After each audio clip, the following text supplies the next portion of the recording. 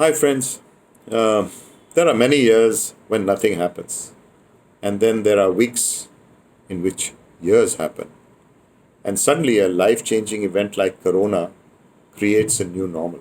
And while we struggle to adopt and adapt to this change, life has suddenly become so regimented and regulated.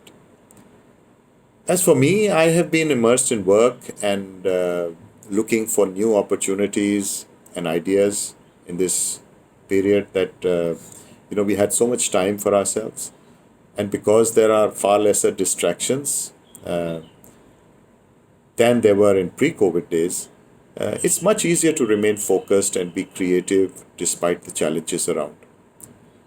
I trust you are all safe and healthy and thinking out of the box too. October perhaps is the expected peak and turnaround month, and I'm hopeful that by December 2020 we should have reached the bottom of the infection cycle. Well, 6 months almost gone and another few to go. So, one day at a time, I guess. So that's the way to look forward to this. Until then, of course, you need to exercise utmost, utmost caution. And it's so simple to get on with life if you do that. Just wear your mask properly, wherever required, of course. Keep your hands clean, and touching your face should be avoided. Of course, follow that 2 meters rule very diligently. More importantly, stay healthy and fit by exercising and stay positive. So, what I wish to share with you today is something we all want but rarely get down to, and that is permanent change. It is human nature to look at that half empty glass, although we are more blessed than others and need to actually count our blessings and be grateful. We keep whining and complaining about whatever is bothering us.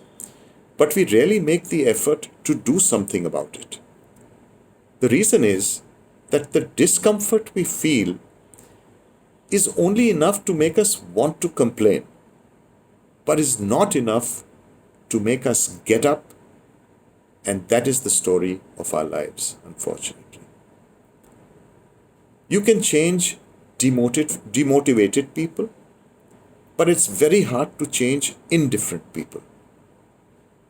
People primarily change for two reasons: inspiration and desperation. Let's take inspiration.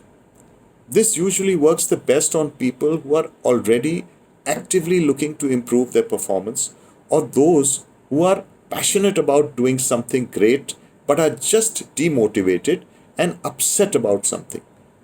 However, if we inspire them or address the root cause of their complaints, they will become passionate, contributing human beings once again.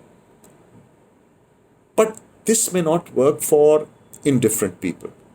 The only way to change indifferent people is by creating a state of desperation. Now, desperation is a state where the only choice you have is to change because you are left with no other choice. Let's say you are told that you will be fired in a month if you don't raise your performance at work. You know you have no savings and you have a family to feed. You are in a state of desperation. So you have got to change or your family will starve.